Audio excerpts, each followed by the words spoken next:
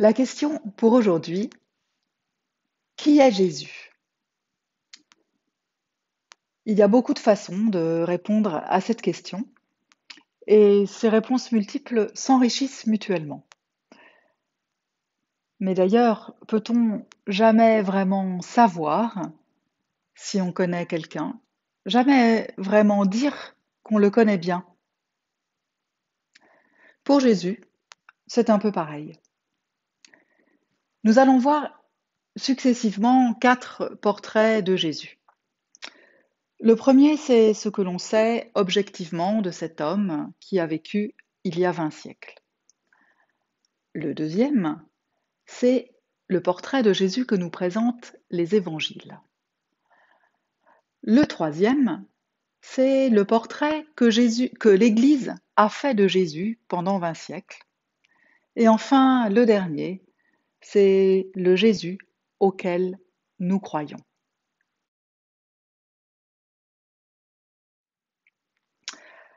Alors, tout d'abord, il y a cet homme qui vécut il y a 20 siècles. Nous ne savons pratiquement rien de lui. Il n'a rien écrit lui-même. Notre principale source à son sujet, ce sont les évangiles et les lettres de Paul, et puis un peu les premiers écrits des premiers chrétiens. Mais tout ça, ce sont des écrits extrêmement influencés par la foi de leur auteur. Si on veut un portrait objectif, alors il faut chercher du côté des auteurs non chrétiens de l'époque. Et en fait, il n'y en a que 2 qui mentionnent Jésus, et très brièvement. Le premier, c'est l'historien juif Flavius Joseph. Vers la fin du 1er siècle, il écrit qu'à l'époque de Pilate, un certain Jésus aurait accompli des miracles, qu'il a été crucifié par Pilate et qu'il a toujours des partisans. Et puis le deuxième auteur, c'est Tacite, un historien grec. Vers la fin du 1er siècle, il cite l'exécution du chef des chrétiens par Pilate.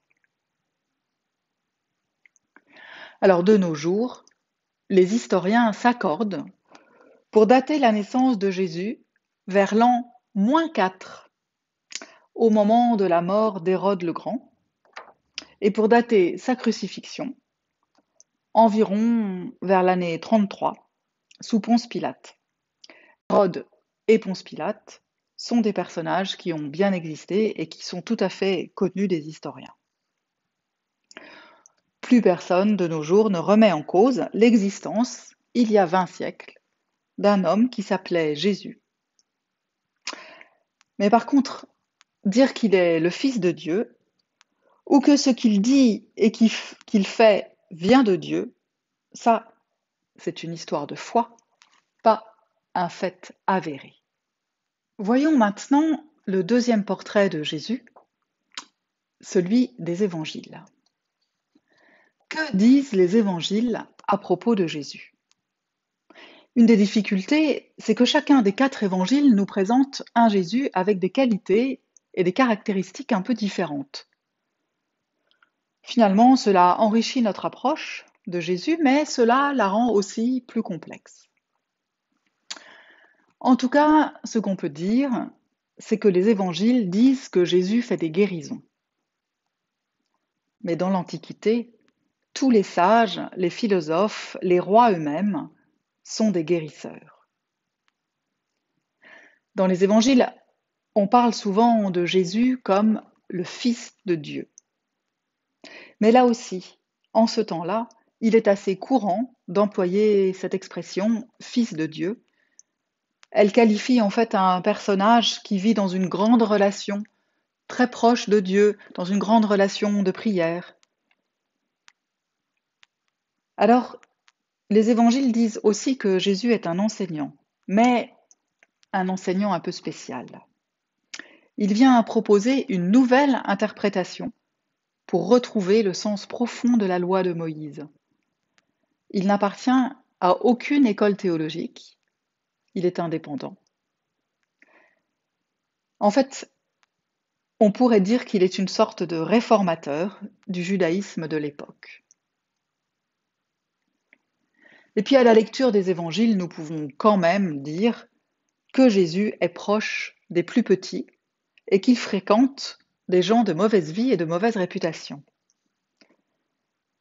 Pour lui, en fait, les gens sont plus importants que les lois, même que les lois religieuses. Et il annonce que l'on peut vivre une vie nouvelle, libérée des enfermements de la loi. Pour Jésus, chaque personne est un être unique, comme dans l'histoire de la brebis perdue.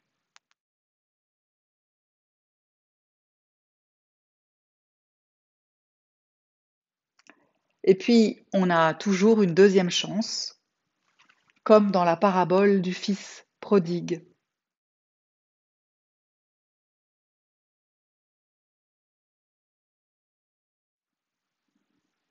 Personne n'est réduit à ses échecs ou à ses erreurs, comme dans l'histoire de la femme adultère.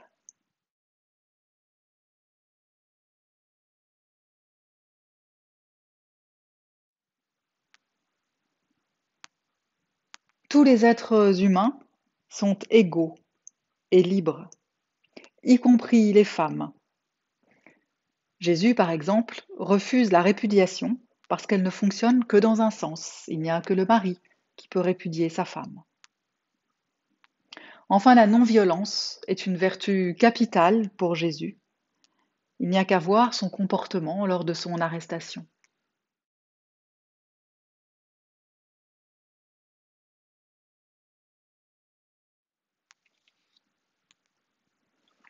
Finalement, au cœur de son enseignement se trouve la puissance de l'amour, le pardon et l'attention aux plus humbles. C'est de cette façon que la parole de Jésus est puissance de vie. Même la mort n'a pas le dernier mot et ne triomphe pas de son enseignement, puisque sa présence et sa parole demeurent même après sa mort. Et Jésus nous appelle à le suivre, à suivre sa façon d'envisager la vie. D'ailleurs, il dit de lui qu'il est la vérité, le chemin et la vie.